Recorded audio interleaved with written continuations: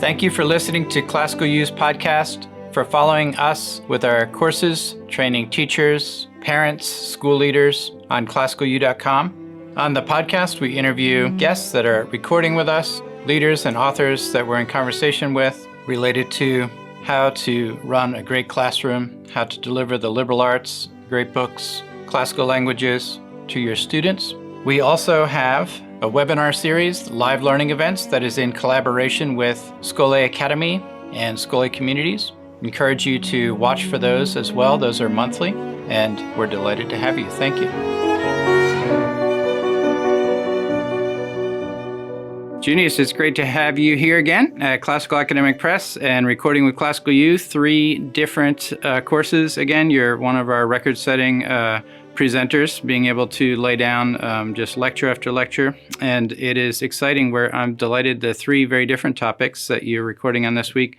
Some material with Augustine for us, and on the topic of teaching music, and finally teaching medieval history, as you're working with CAP on the Humanitas volumes for a high school history curriculum, and specifically the medieval period, and talking about some of your own insights into teaching that content, which is content that really isn't, I don't think, understood or appreciated, very well at all in kind of typical high school teaching lineup. So cool territory to be stepping into with you, and always fun to have you here. We're going to start out with one of 2 podcasts that we're hoping to record together and share with everybody, talking about the topic of teaching music. I would be interested to hear how you would kind of summarize the standard understanding, because I know you have a little bit of your own take on this, but the standard understanding of the place of music within the quadrivium, the quantitative arts.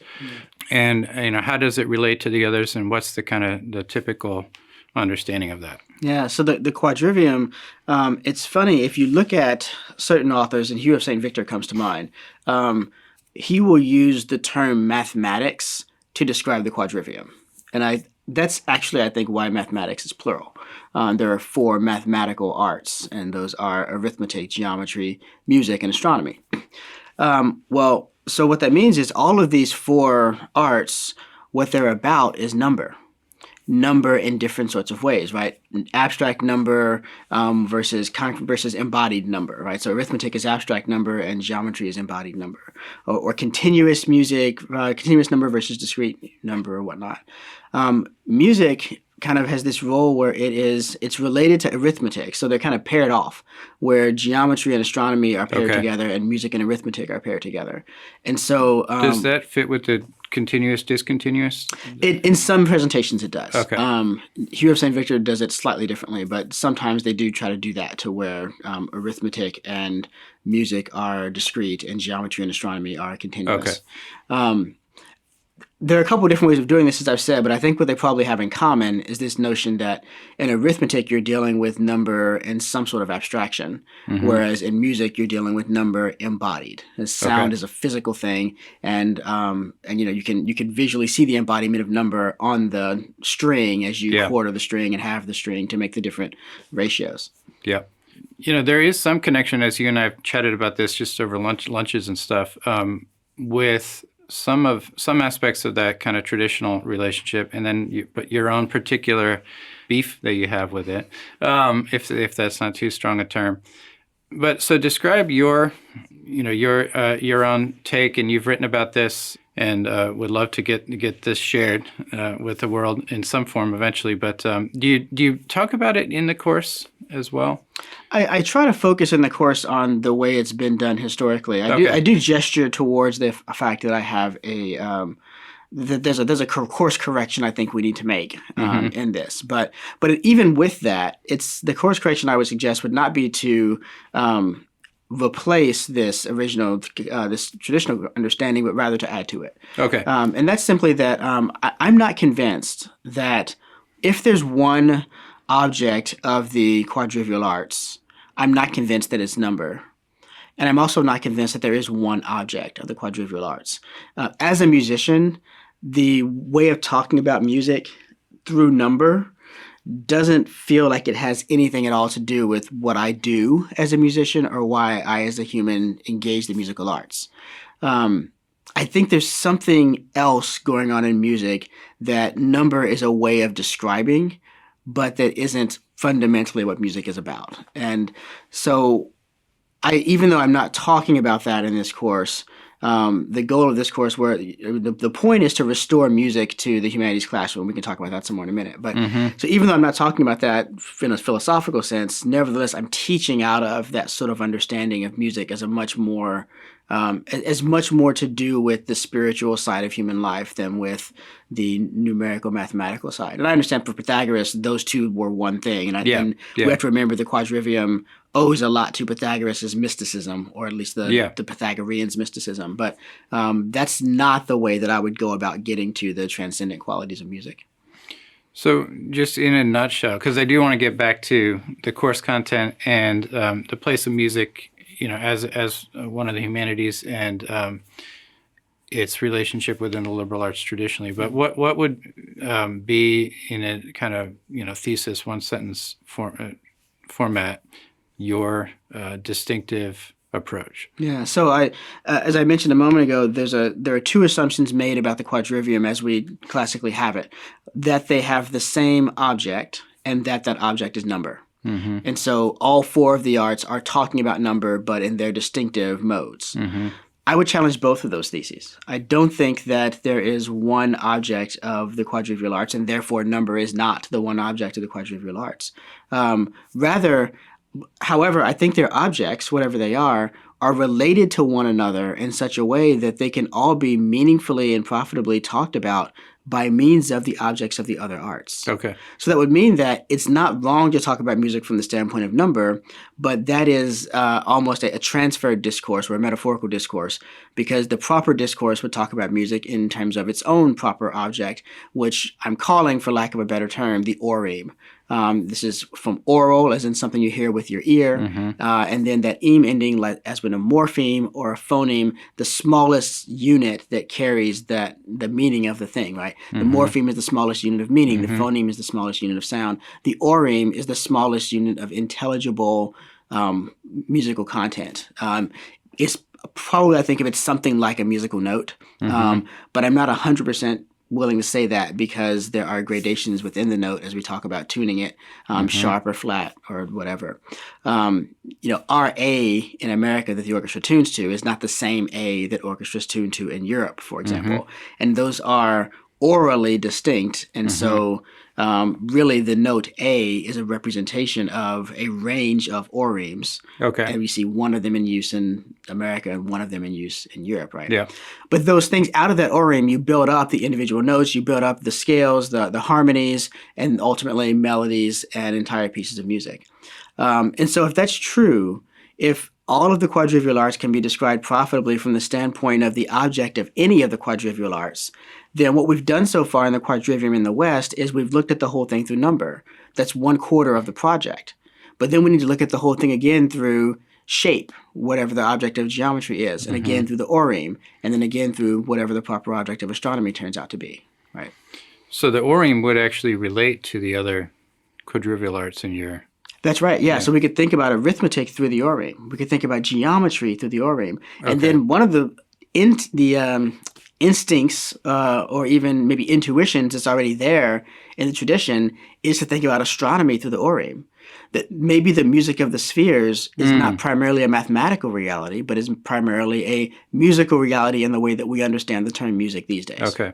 So you're, by that, move from number to oreme in the case of music, or potentially even the other three quadrivial arts. You're moving a step away from the abstract to the tangible, because the oreme does sound... That's bad sounds. I was going to say the sentence. It sounds like a reference to sound. I mean, it's very concrete, a physical experience. Yeah. Am I understanding it correctly? Yeah, I think that's right. That's right. But it's almost like, think of it like geometry, right? If the proper object of geometry is shape, which can be numerically represented, but we reduce the Pythagorean reduction of it to number. I think maybe that's the other big commitment I'm working with here is saying that all is number, I get how that's exciting to a mathematician, but to me that feels reductive.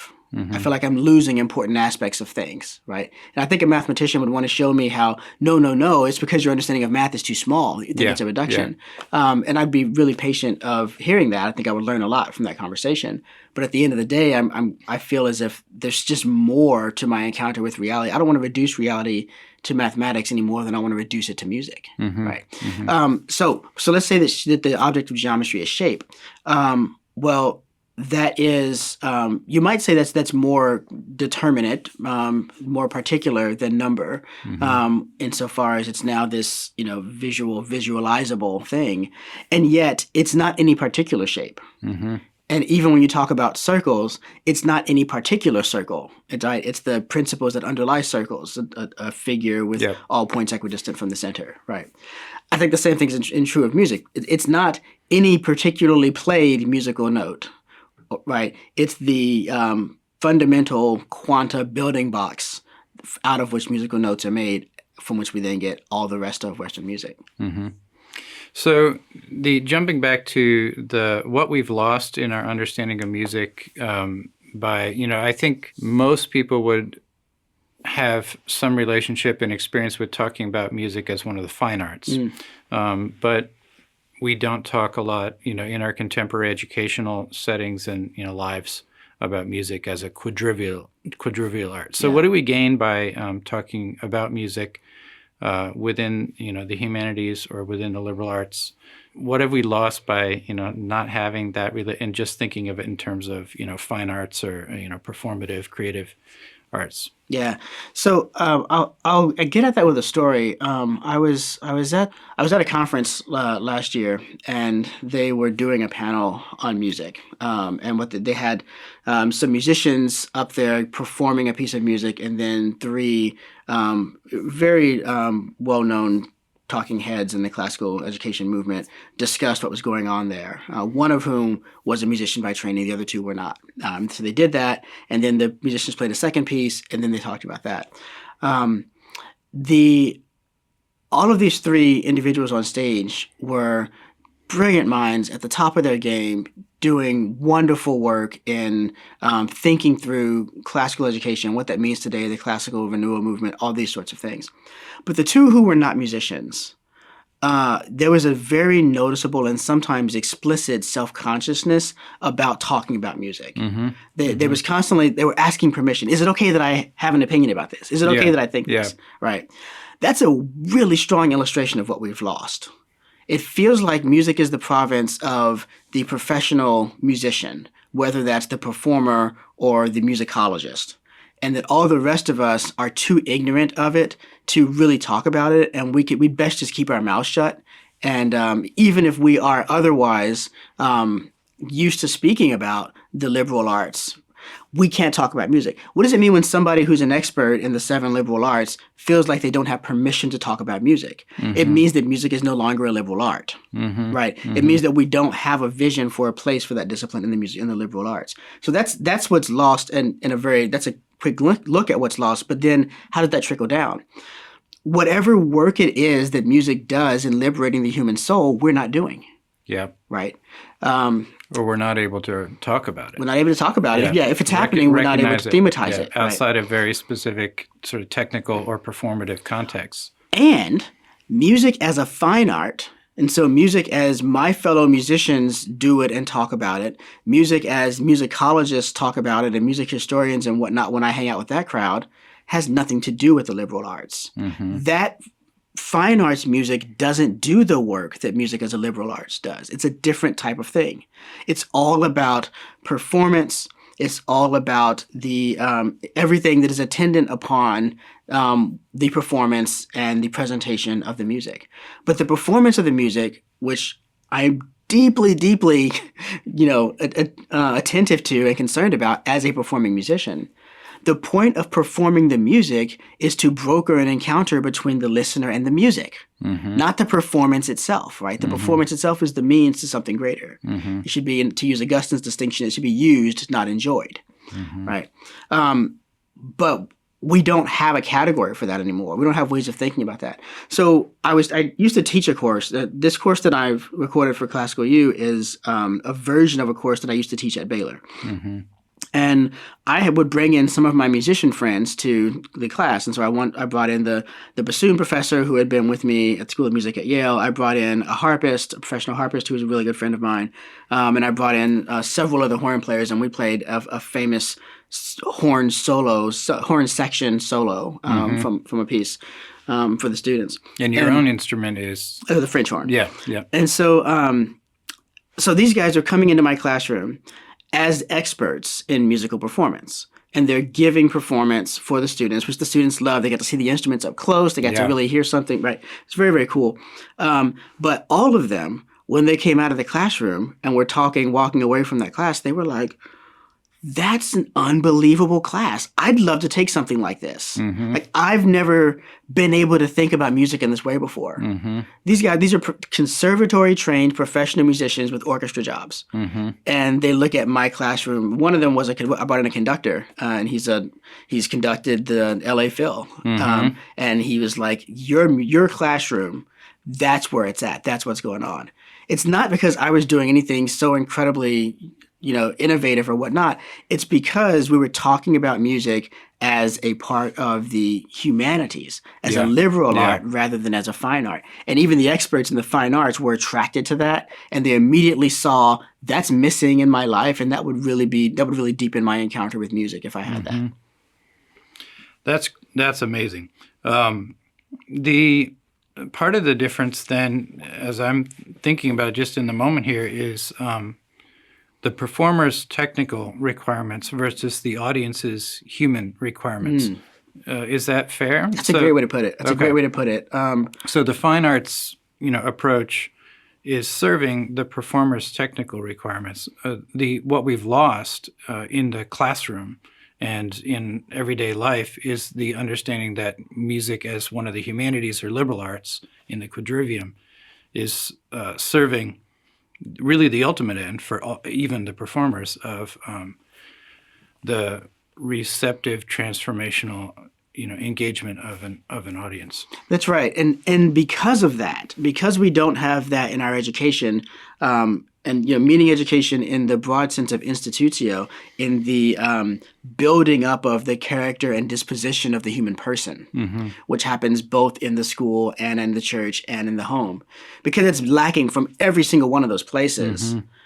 You find that the fine art of music is becoming increasingly niche and increasingly irrelevant to people's lives. And so every orchestra in the country is struggling to sell their subscriptions to their season.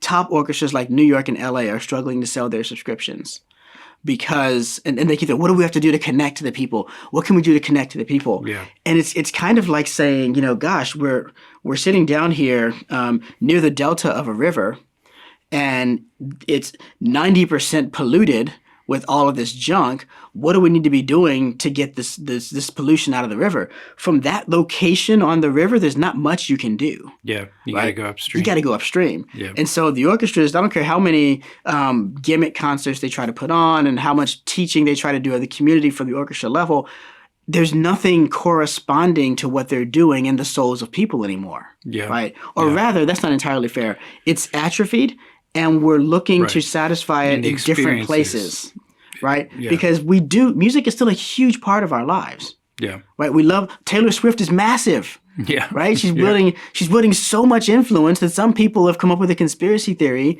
that her connection to one team in the Super Bowl is an attempt to get Biden reelected. I mean, that's how much power a musician can have in our culture, right? So we still love our music. You can't take that away from us. Yeah. But we've divorced that from intentional character formation. A side effect of that is now music is doing unintentional character formation. Right? We listen to these songs, and we listen to all these songs about people who are breaking up or people who've been hurt in love or whatnot, and we subtly try to make our lives conform to those songs. Right? We reach for those songs when we're in those situations as expressing how we are, but we also subtly sabotage ourselves to bring ourselves into conformity with that music, because that music is shaping, these are the things that it's worth feeling. Yeah. These are the ways that it's worth living, right? Yeah. And so there's a destructive influence that music is having on our lives, that popular music is having on our lives. And part of that is because we're no longer paying attention to it. We're not self-consciously doing it. And the lack of intentionality, we lose control over whether those habits being formed are vicious or virtuous. Yeah. Would it be fair to say that that's not entirely about the type of music itself, but it's about the ways in which we're consuming it? So when you have, there were literary societies, all across the United States in the early centuries, of our nation. And people carried, copies of Shakespeare in, the covered wagons when they could only choose, just a few items of survival, and, your literal life and survival was on the line. Milton and Shakespeare typically made the cut somehow. Yeah. And then they would, when you had 4 households close enough together to call it, a settlement or whatever, they had a literary society almost as fast as they had a school or church.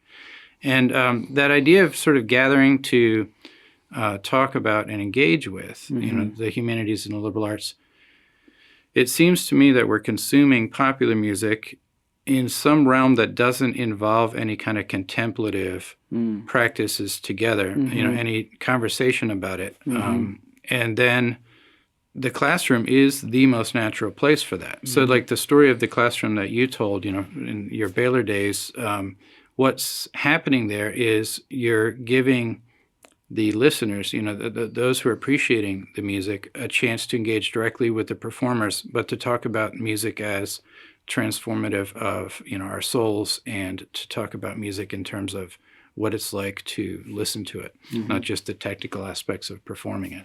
And that's the conversation that seems to have evaporated. Yeah, that's gone. Right. And there's no spaces left where it happens, because the only side that we bring to the classroom tends to be reaching for, the technical, the performative. Yeah. When in my youth, so myself and folks older than me, anyone who grew up before the digital age of music, right? We would, when a new album came out, right, somebody would go and buy the tape or the record or whatever time we're talking about here. And then you'd go to your friend's house, and a couple of friends would gather together, and you'd listen to it together, right? And that first experience, and you talked about it together, and it was a regular thing that you would do if you were going to spend time with your friends. One of the things that you would spend time doing would be listening to music together. Yeah.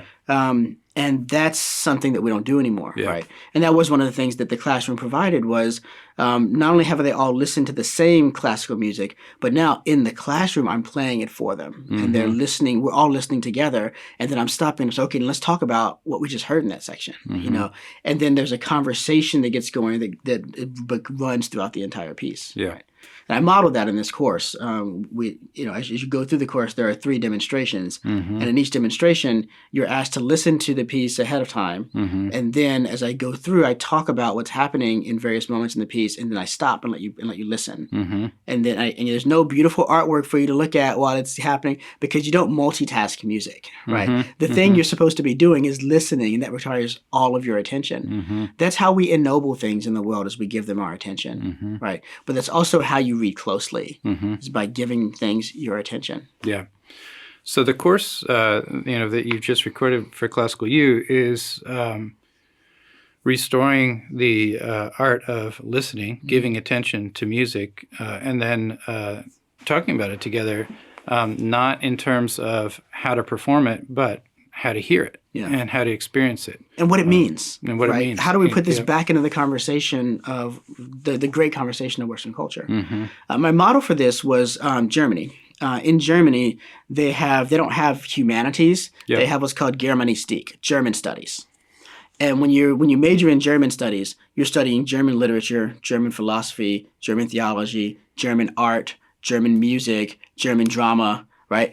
All of cultural production together is studied as one discipline. And the idea is, what is the object of German studies? The object of German studies is not Goethe or something like that. The object of German studies is the German soul. It's Germanness, right? And I loved that image of the integration of all the humanities into one path to understanding something greater than any single one of them, right? And so I was wanting to restore that way of engaging with music. It's no accident that Germany has such a rich musical heritage, given that that's how it's been approached culturally, and in many ways is still approached, at least in some quarters of the culture today, right?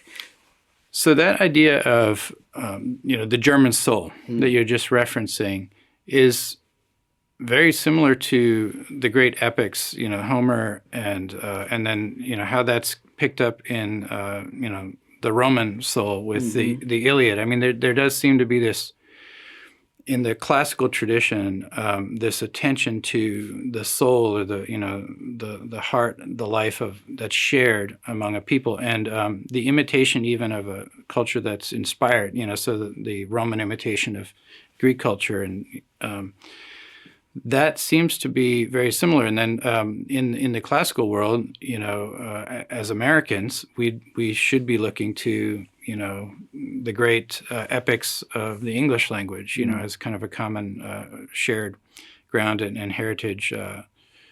Chaucer, Milton, Shakespeare, and then musically. So am I on the right track with that? Yeah, that's right. I mean, the one thing I would say is that we are. I mean, look, America's a melting pot, right? Our language is English, but our culture comes from all over the place, and our people come from all over the place. And by the time we get to the England that people have in mind as being our past, by the time you get to someone like Chaucer, you have cultural identity as being formed in such a way that it doesn't exclude earlier cultures, right? I mean, whoever came before the Greeks are not part of Greek culture. But the Romans are the first culture in this line where the people who came before them are part of their culture because they stole Greece's culture, right? They were like, our culture's not going so well. We'll just take yours and change all the names. It was hardly subtle. Yeah, exactly, right. We'll just change the names to protect the innocent, right? And from that moment forward in Western culture, the formation of culture has included situating yourself within the stories that go all the way back to the Greek culture, to Hesiod and Homer, right? And so it's not just the English epics, it's not just the English music, it's all of the Western epics, it's all of Western music that are part of where we're trying to find ourselves as Americans here in the 21st century, the first quarter of the 21st century. So that obviously with the German example, you can't help but ask, how does it go awry? There's a nationalism, a fascism that can be a sort of distortion, twisting of that can sometimes, I think, be somewhat subtle, but obviously it goes very obviously wrong. What's the danger there if we start, in classical educational, renewal and work that we do as educators, saying, we're looking for the soul of our people. Because I love the idea, but what are some of the dangers? It's great. Yeah, I think the real danger is that we make the mistake of thinking that the soul that we discover by this process of intellectual archaeology, cultural archaeology, is kind of a basic fact, and therefore can be taken to be good, right? You don't have to judge it in any way. It's just who you are, and it's okay to be who you are. And so because what you're going to discover is that there's a lot of stuff in that soul that's gross. There's a lot of stuff in it that's base. There are grooves worn in that soul that are habits of vice rather than of virtue. And so one of my favorite writers, Hans von Balthasar, his dissertation was called The Apocalypse of the German Soul. By apocalypse, he means that in the etymological sense of the revelation of the German soul. And so Germanistik was his subject matter. And so what he was trying to do with this massive project was to lay bare just who the Germans are. Okay, yeah. That's the first step in the process. It's not the last step. Hitler gets to that point and he thinks, look at how great we are. This is who we are. And part of that greatness is not just the nobility of a Siegfried, but it's also the viciousness of a Siegfried, the unstoppable power of the Volsungs to whom Siegfried belongs. And so all parts of the ring cycle are to be imitated and not just the noble parts, right? If it's in the German soul, then we act out of it. The next step is supposed to be self-reflection, even judgment, right? What's the apocalypse in the Bible all about? It's about judgment. It's not just the revelation of God, but God is revealed as the judge of nations, right? And so if we don't take that next step to say, okay, so we've now uncovered the American soul, this is who we are. What of that should we be proud of, and what of that should we be ashamed of?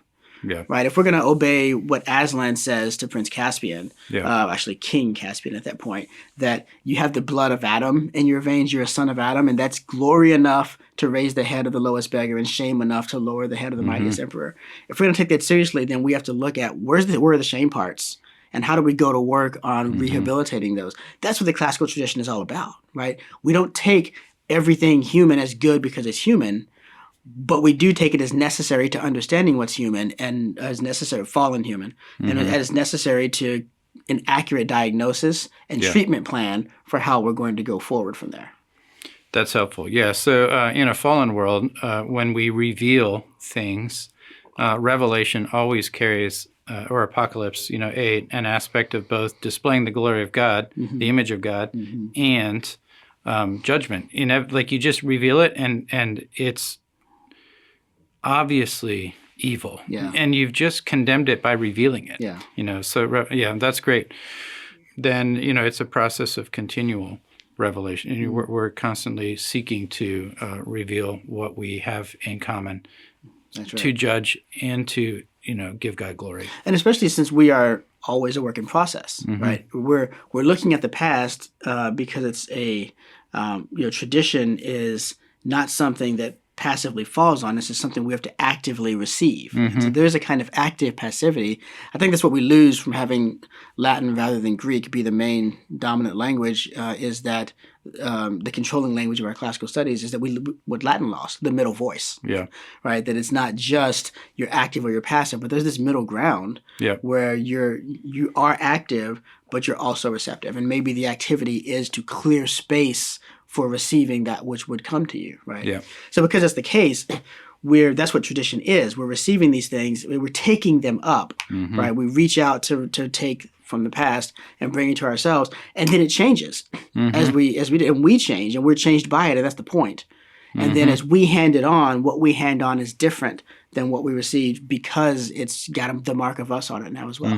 It's like in Dante's Paradiso, the light of God shines down through all of the spheres of the planets, and it changes. Each of the spheres puts their own stamp on it, and all of that influence gets communicated downward to the lower levels. Beautiful. So with your course, do you recommend engaging different types of music, popular, classical, as listeners, where do you go with some of the distinctions?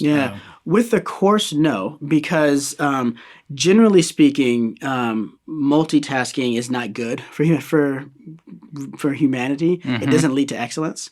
Back to the attention point. Right. I can't teach all things at all the time. I would have fun teaching a classic rock version of this course as well. But for the purposes of thinking about how are we going to deploy this in our schools, I'm doing Western classical music, and there's a real reason for that too. And I talk about this in the course.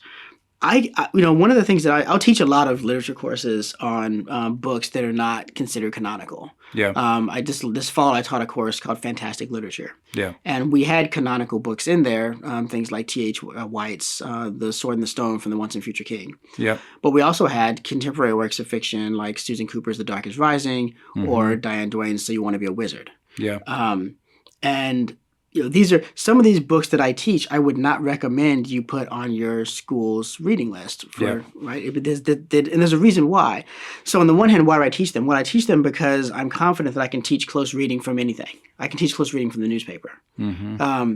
Nevertheless, I want to teach close reading from books that reward close reading. But at the same time, I want to teach close reading on books that are going to get the students excited so that they can't wait to get the reading done and they can't wait to talk about it.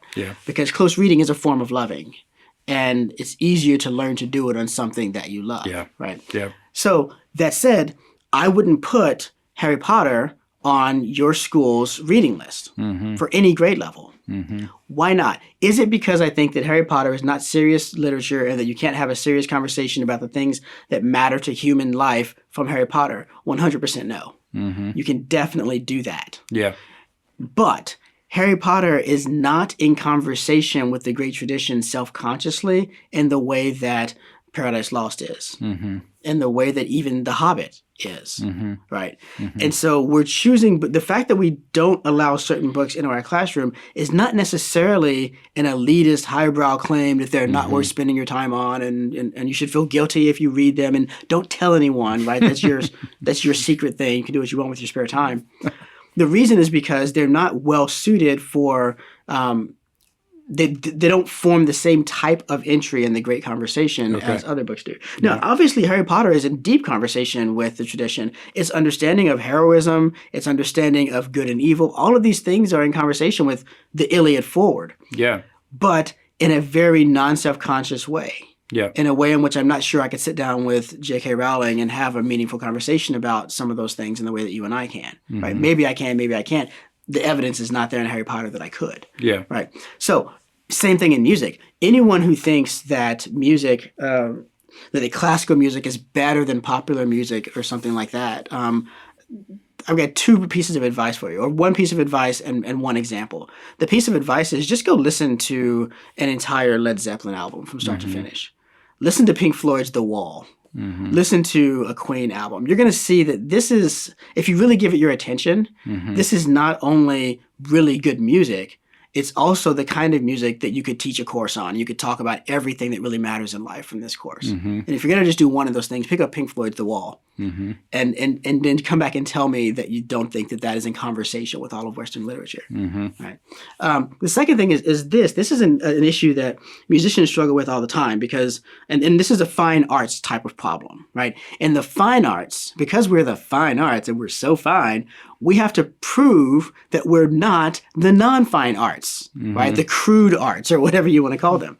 So we have to separate ourselves from lowbrow art. So all of my musician friends, you know, they speak very dismissively of Andrew Lloyd Webber in the same way that my artist friends speak dismissively of Thomas Kinkade. As far as I've been able to tell, there's no reason for this other than snobbery. There just isn't.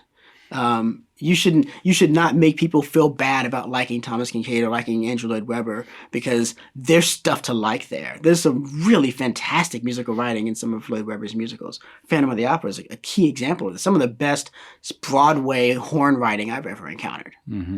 Now, so what we do is we try to figure out, okay, so where's the line, right? What's good, what's in, and what's out?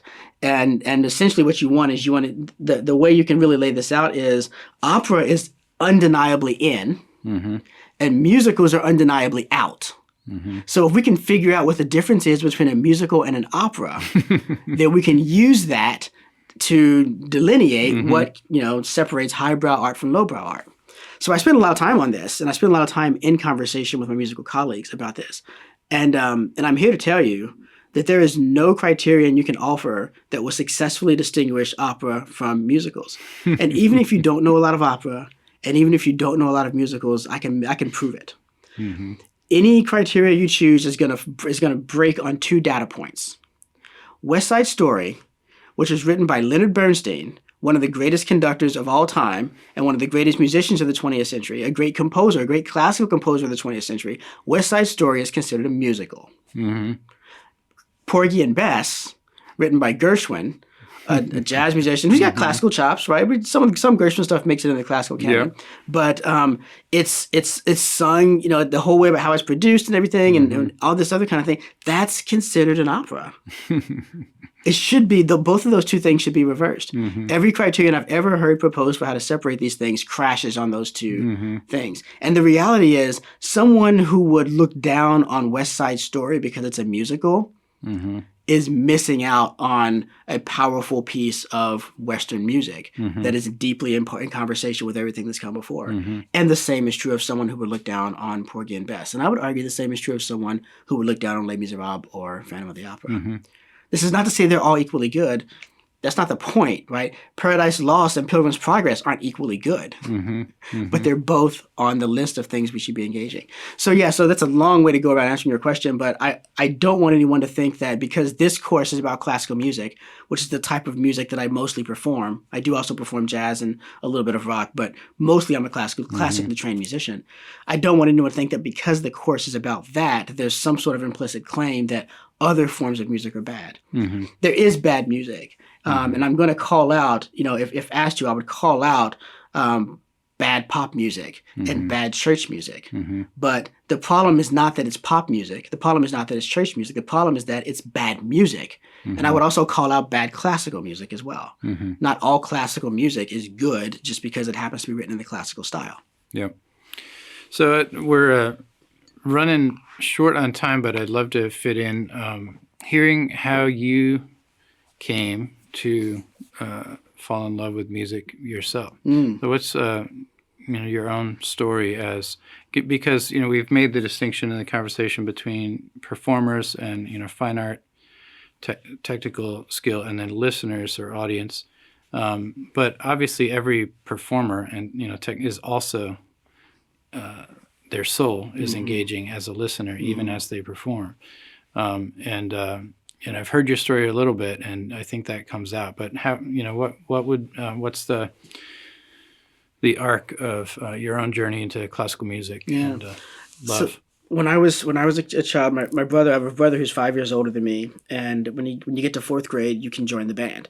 And so he came home with this sheet that had the list of all the different instruments that you could choose to play, and you had to check off which one you wanted to do, and your parents had to sign it. And so he wanted to play the saxophone, so he checked that off, and my parents signed it. And then they showed it to me, and they said, "Which one do you want to play when it's your turn?" And I didn't know what most of them were. So he's in fourth grade, right? So I'm in kindergarten. I didn't know what most of them were. Saxophone sounded cool, like just the name sounded cool, but I knew that I couldn't choose that because my brother had chosen that. And that was kind of the rule, is that we couldn't do the same things. That was our rule, not my parents' rule. And so I was kind of at a loss, and I was like, what's that instrument that they always play in the movies whenever a king comes into the room? And my parents were like, "That's a trumpet." And I was like, yeah, that's what I want to do. I want to play the trumpet, right? Everyone stops and pays attention. Yep. Something important's going on, the trumpet's playing, right? So when I got to fourth grade, I talked about it all the way until fourth grade. I was so excited. So my parents went ahead and bought a trumpet because it would be cheaper than renting one. I'm so into this, right? I get it. I start taking band, and they teach you how to play it. I come home, and I'm like trying to play it, and I was just like, I hate this. I want to quit, right? I was like, "Dad, I'm going to quit the trumpet." He's like, "No, you're not. I bought it. You're going to play it." So I was forced to stay in, and I quickly got better. Elementary school band was whatever, but I learned the fundamentals of playing the instrument. When I got to sixth grade, most people were starting in sixth grade in the band. It was a really good band program. And so the two trumpet players, myself and this other guy who had trumpet at elementary school, we were ahead. And so we were automatically first chair, right? And it was like, whoa, nice. I got a head start on this thing. From that moment on, it was a meritocracy. It was about being better than the person next to you. And that's actually what drove me out of the path of conservatory music. Was I got tired of the constant competition, the constant measuring yourself against other people, and the constant attacks. If you were worse than somebody else, they threw it in your face all the time to keep you down. And if you were better than somebody else, they chipped away at you all the time, trying to break you psychologically so they could get a jump and get ahead of you, right? I did not love music. I loved playing the trumpet well. And I loved being better than other people. It was a competitive It was. thing. And I hated being worse than other people. When I got to high school, we had a fierce rivalry in the trumpet section among three of us. I could name names, and if I named names, I would name first and last name, and that's how you know it's a big deal, because the people in your past that you name by first and last name, those are the ones that something's up with them, right? And they were great guys. I mean, it's not I didn't see that until later because we couldn't through the rivalry. Okay. So anyway, I eventually got jumped ship and started playing horn, and I loved playing the horn. I loved the sound of it. I loved the feel of playing it, right? The energy of playing. It's a full body experience, and playing it well is so exciting and so good. I still didn't really love music, right? So now I'm in. By the time I graduated high school, let's say, I didn't love music. I loved playing my instrument well, and I loved hearing other people play my instrument well. Mm-hmm. Mm-hmm. As a good sign of this is I hated Mozart. Mozart was so boring for the horn. It was like not that much to do. A couple horn, the horn concertos, yeah, those are great. But like a Mozart symphony, oh my gosh, I'd rather play anything else. Mm-hmm. And there was a time in college when I was sitting in the practice room working on something, and I was just overwhelmed with this feeling of delight and joy in the thing. And it wasn't about playing the horn well. Mm-hmm. It was about the music itself. Mm-hmm. And I went back and I put some music on. I started listening to it. And it was like I was hearing it for the first time. Mm. And I put some Mozart on. I put on a Mozart symphony, and I was like, this is kind of incredible. Right. So I was a performing musician from 4th grade to maybe sophomore year of college. Wow. And did not love music in the way that I'm hoping people coming out of this course will. Yeah. It was a way to apply this skill that I was developing and that I loved doing, but I didn't love the thing itself. And this happens. People come out of conservatories hating Mozart. Mm-hmm. Right? Oh, it's so whatever. I've played some 20th century music where they're pushing the boundaries of musical expression and whatnot. And that kind of boredom with classical music indicates a serious disordering of your loves. Mm-hmm. Right? I don't know how many times I have heard Beethoven's Third Symphony. I don't know how many times I've played Beethoven's Third Symphony. And when I hear that it's going to be performed, I get excited. Mm-hmm. Right? Someone says, I was told about a new set of recordings of Beethoven symphonies, a new conductor that I had never heard before, and I couldn't wait to go listen to them. And I listened to them, and they're amazing. Jos van Immerseel and Anima Eterna, they're all on YouTube. Check them out. Jos is spelled Joos, and it's, oh my gosh, it's so good, right? I've heard these symphonies dozens of times. I've played them all multiple times. Mm-hmm. But in the same way, I've read the Divine Comedy 8 or 9 times. I'm not tired of Dante, right? Mm-hmm. You don't get over these things. They become part of you. They become favorite friends. Our favorite pop songs, the songs that really speak to our pain when we're hurting or that express our joy when we're happy, you never get tired of hearing those songs, right? So I think that's illustrative of the way that being a performing musician is not necessarily conducive, and often the way the training goes is detrimental to being a lover of music. And for me, it was locked in a practice room, forced to give attention, something about, my level of maturity at that point in time and the attention that that situation required me to give to it, that it all kind of came together at once. And like a gift that I wouldn't know how to repeat for myself, the door was opened. Mm-hmm. I was going to ask if you had any, theories or suspicions as to, how it came together for you. There's so much was going on in my heart at that point. It was such a formative time in my life in terms of relationships and my faith and my studies. And I think there was just all of that worked to create a susceptibility in me. I had been planning to quit. Actually, I remember it was my senior year. It wasn't even my sophomore year. I had been planning to quit playing horn at the end of college. I was basically doing it for scholarship money. And so I was going to quit and give my horn away, and I knew who I was going to give it to. And after that day in the practice room, I was like, I will never stop playing this instrument as long as I'm able. Wow, that's beautiful. And all of all the musical accomplishments that I'm most proud of came after that moment. Well, good. Thank you, Junius. This has been a delightful conversation, and I look forward to our next podcast, and it's wonderful working with you again. Thanks so much. Yeah.